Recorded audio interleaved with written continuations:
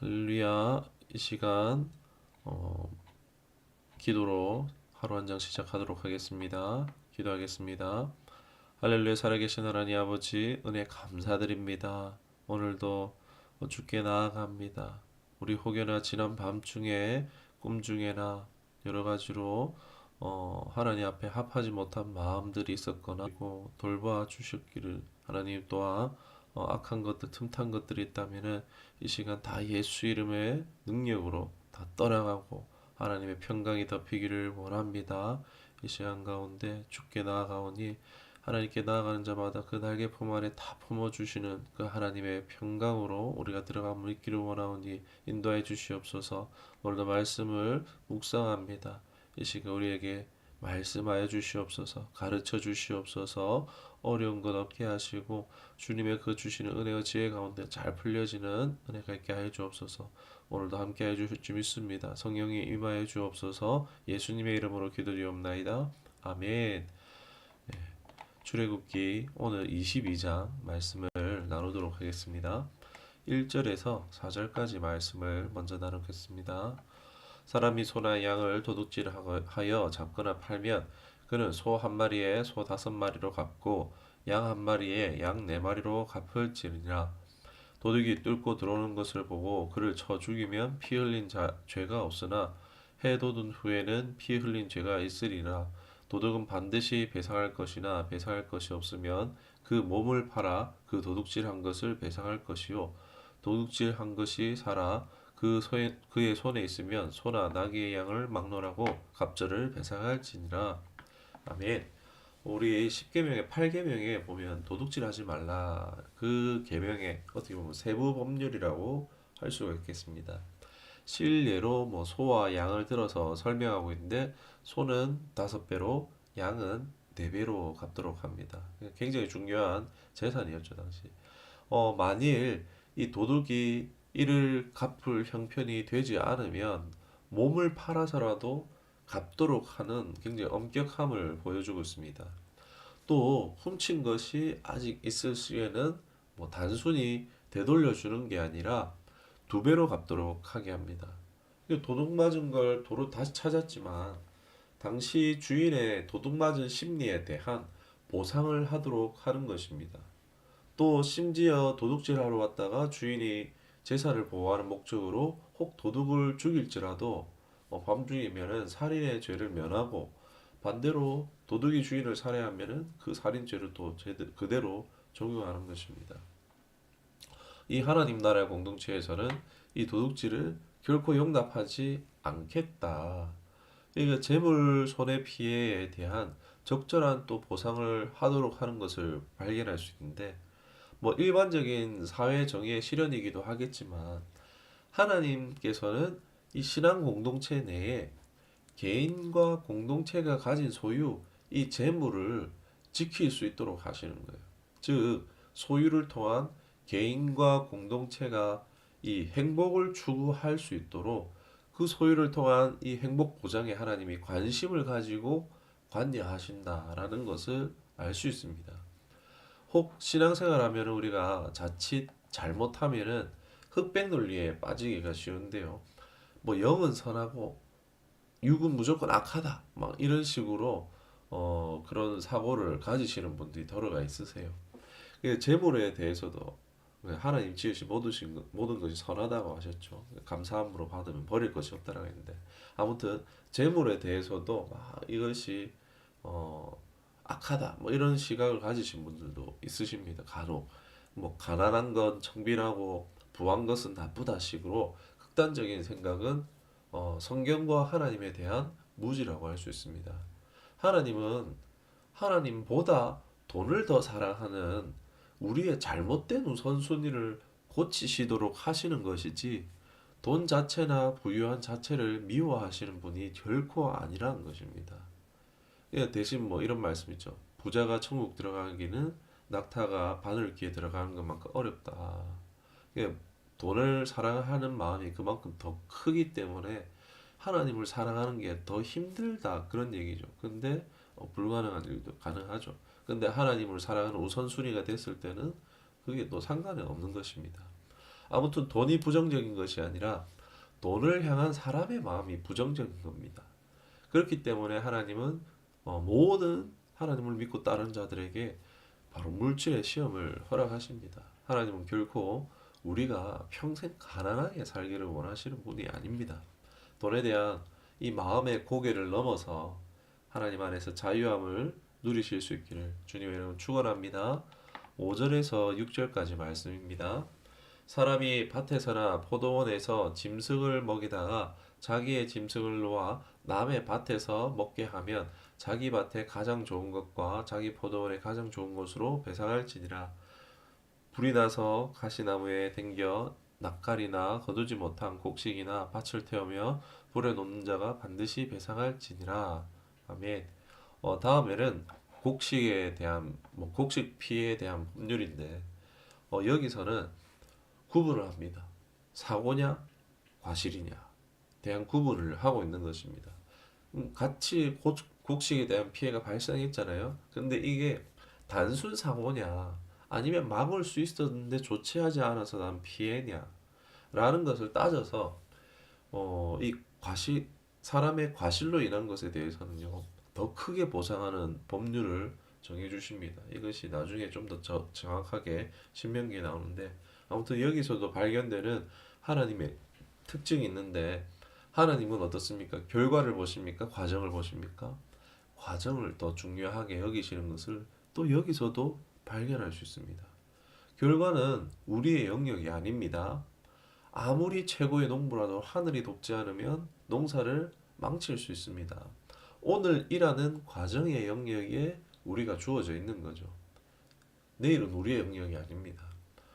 우리의 신앙도 어떤 결과를 만들어내기 위해서 막 그것을 쫓아가는 것이 아니라 그저 오늘 주어진 이 하루 가운데 최선을 다한 과정이 더 중요하다는 거죠. 예. 신앙의 최선은 최고가 되는 것이 아니라 그저 매 순간 매일 매 순간 하나님과 동행하기 힘쓰고 모든 것을 하나님 앞에서 행하는 과정이 중요합니다. 말씀을 따라가는 과정이 중요합니다. 그리야 할 때 우리의 삶에 30배, 60배, 100배의 결실을 기대할 수 있을 것입니다. 하나님께서 돌보시고 지키시는 것을 기대할 수 있을 것입니다. 혹여나 그리하지 아니하실지라도 또 다른 수가 있으신 하나님이십니다. 믿음으로 우리 오늘을 살아가십시다. 과정을 살고 하나님이 주시는 결과를 누리실 수 있기를 주님의 이름으로 축원합니다. 7절에서 15절까지 말씀인데 7절에서 9절까지만 보겠습니다. 사람이 돈이나 물품을 이웃에게 맡겨 지키게 하였다가 그 이웃집에서 도둑을 맞았는데 그 도둑이 잡히면 갑절을 배상할 것이요 도둑이 잡히지 아니하면 그 집 주인이 재판장 앞에 가서 자기가 그 이웃의 물품에 손댄 여부의 조사를 받을 것이며 어떤 이런 물건 즉 소나 낙이나 양이나 의복이나 또 다른 이런 물건에 대하여 어떤 사람이 이르기를 이것이 그것이라 하면 양편이 재판장 앞에 나갈 것이요 재판장이 죄 있다 하는 자가 그 상대편에게 갑절을 배상할지니라. 아멘. 여기는 15절까지 내용은 물품을 대여를 해줬어요. 빌려줬어요. 근데 그 물품을 분실한 경우에 대한 법률을 다루고 있습니다. 이것을 어떻게 할까 이 기준을 주는데 여기서 또 나중에 보면 재밌는 게 이런 경우도 있습니다. 빌려준 적이 없는데 빌려갔다라고 해가지고 막 갚으라고 소송을 했을 때 이게 재판으로 해서 밝혀졌을 때 심리적인 피해까지 보상하도록 하는 것을 볼 수가 있습니다. 참 재밌죠? 이제 이거는 넘어가야 될 것 같고 16절에서 17절을 보도록 하겠습니다. 사람이 약혼하지 아니한 처녀를 깨어 동침하였으면 납폐금을 주고 아내로 삼을 것이요 만일 처녀의 아버지가 딸을 그에게 주기를 거절하면 그는 처녀에게 납폐금으로 돈을 낼지니라. 아멘. 여기서는 처녀에 대한 법률이 나옵니다. 이게 처녀를 유혹해서 강제로 성관계를 맺었을 때를 말합니다. 한국 드라마에서도 결혼을 허락받기 위해서 많이 이런 장면들이 등장했었죠. 이럴 때 이 처녀의 처녀성을 잃었기 때문에 이 두 사람의 결혼을 하도록 책임지도록 하는 법률이라 할 수 있습니다. 이게 당시 어떻게 보면 최약자였던 결혼하지 않은 여자를 보호하기 위한 법률입니다. 그런데 이를 또 처녀의 아버지가 반대할 수 있도록 또 했다는 것입니다. 원치 않는 결혼은 또 막을 수 있도록 했습니다.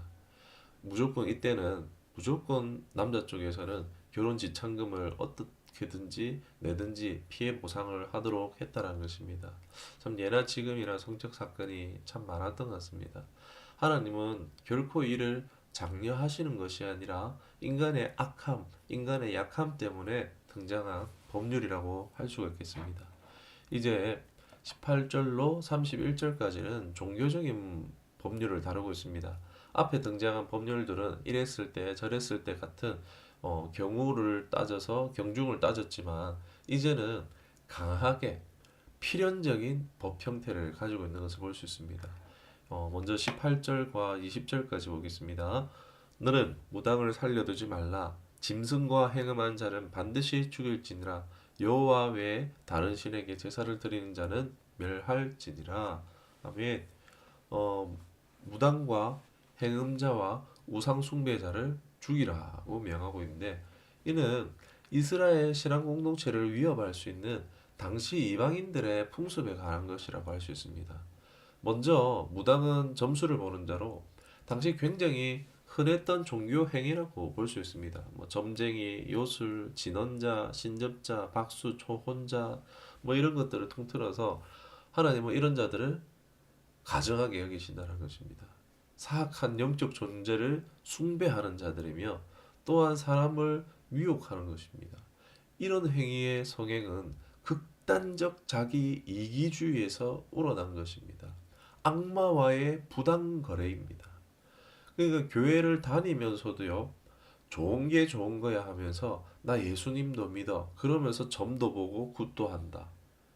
두 배로 내가 더 복을 받는다. 이 착각하는 그런 사람들이 많은데 이런 사람은 절대로 복을 받을 생각을 해서는 안 될 것입니다. 이게 신앙생활 하는데 늦는 거예요. 하나님의 응답이 더딘 거예요. 그러니까 어디를 갑니까? 언젠지 모르니까 하나님 언젠지는 안 가르쳐 주세요.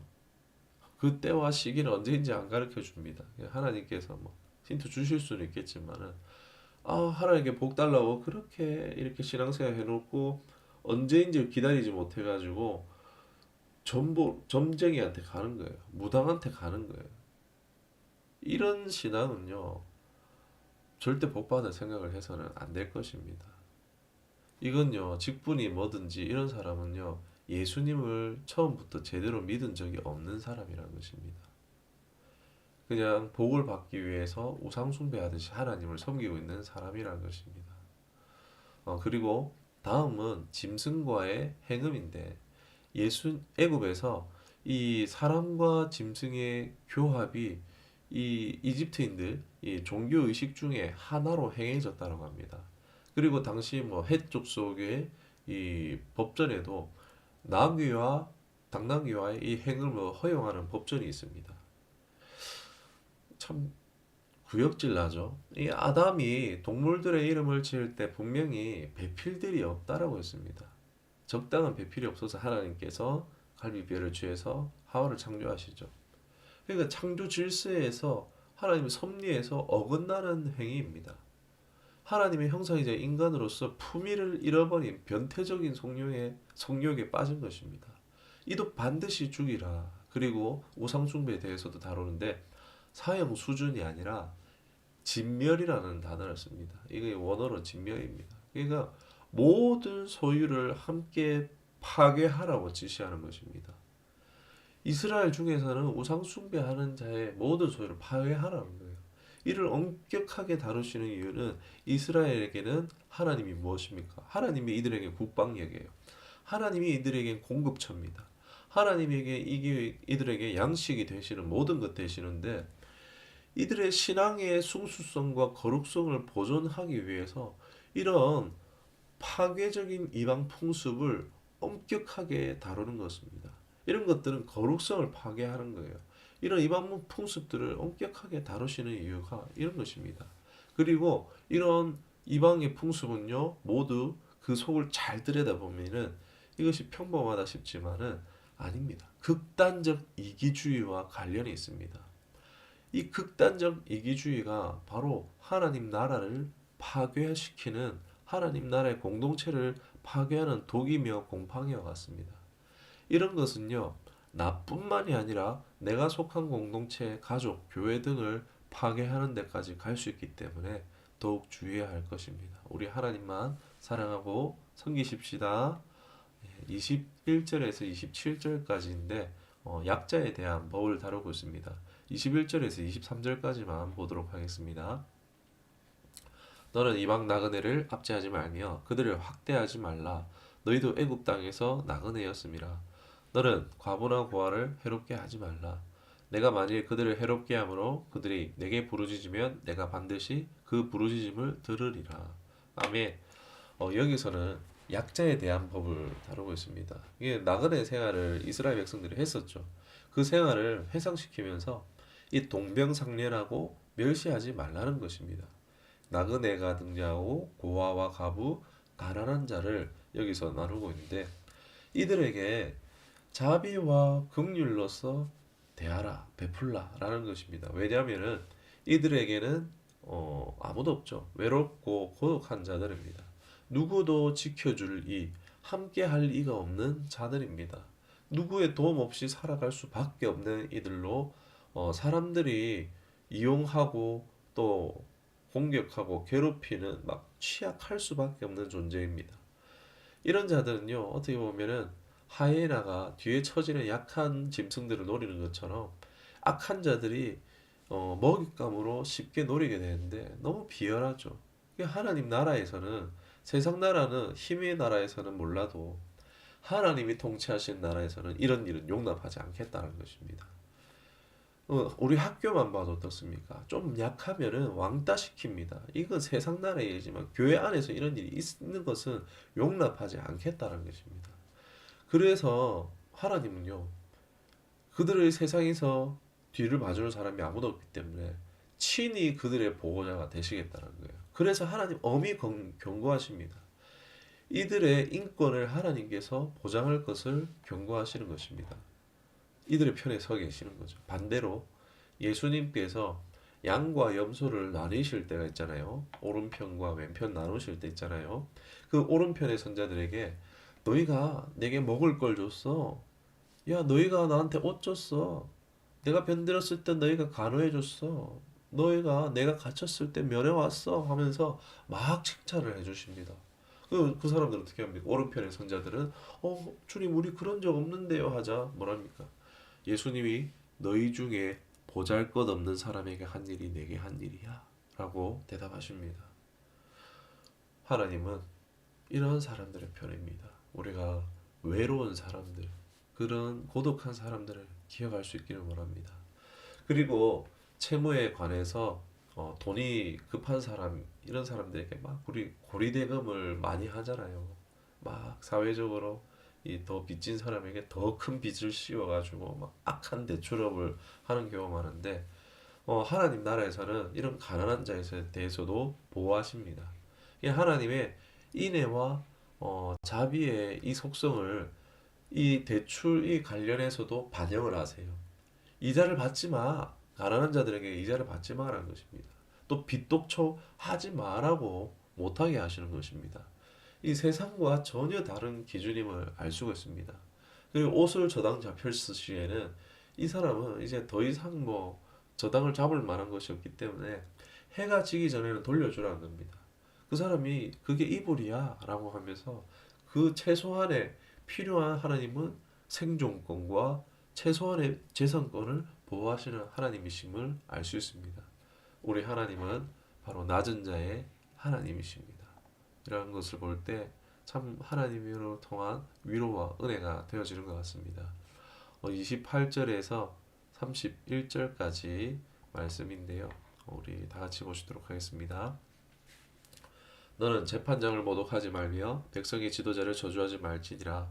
너는 내가 추수한 것과 내가 짜낸 즙을 바치기를 더디하지 말지며 내 처음 난 아들을 내게 줄지며 내 소와 양과 그도 같이 하되 이래 동안 어미와 함께 있게 하다가 여드레 만에 내게 줄지니라. 너희는 내게 거룩한 사람이 될지니 들에서 짐승에게 찢긴 동물의 고기를 먹지 말고 그것을 개에게 던질지니라. 아멘.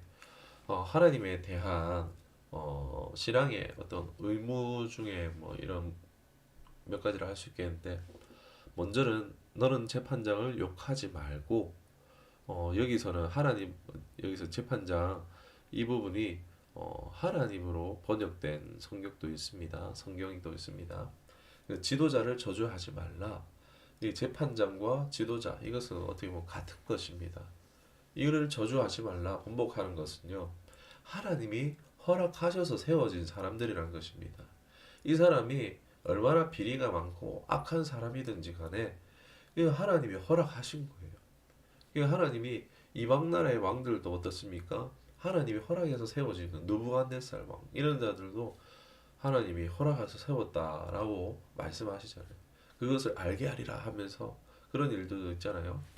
그렇기 때문에 이 세워진 위정자들에 대해서 모독하는 것은요, 곧 하나님을 모독하는 것과 같기 때문이고, 우리가 조심해야겠죠. 아무리 이 악랄한 나쁜 사람이 있어도 욕할 것이 아니라 하나님이 이렇게 이렇게 합니다. 어떻게 합니까? 도와주세요.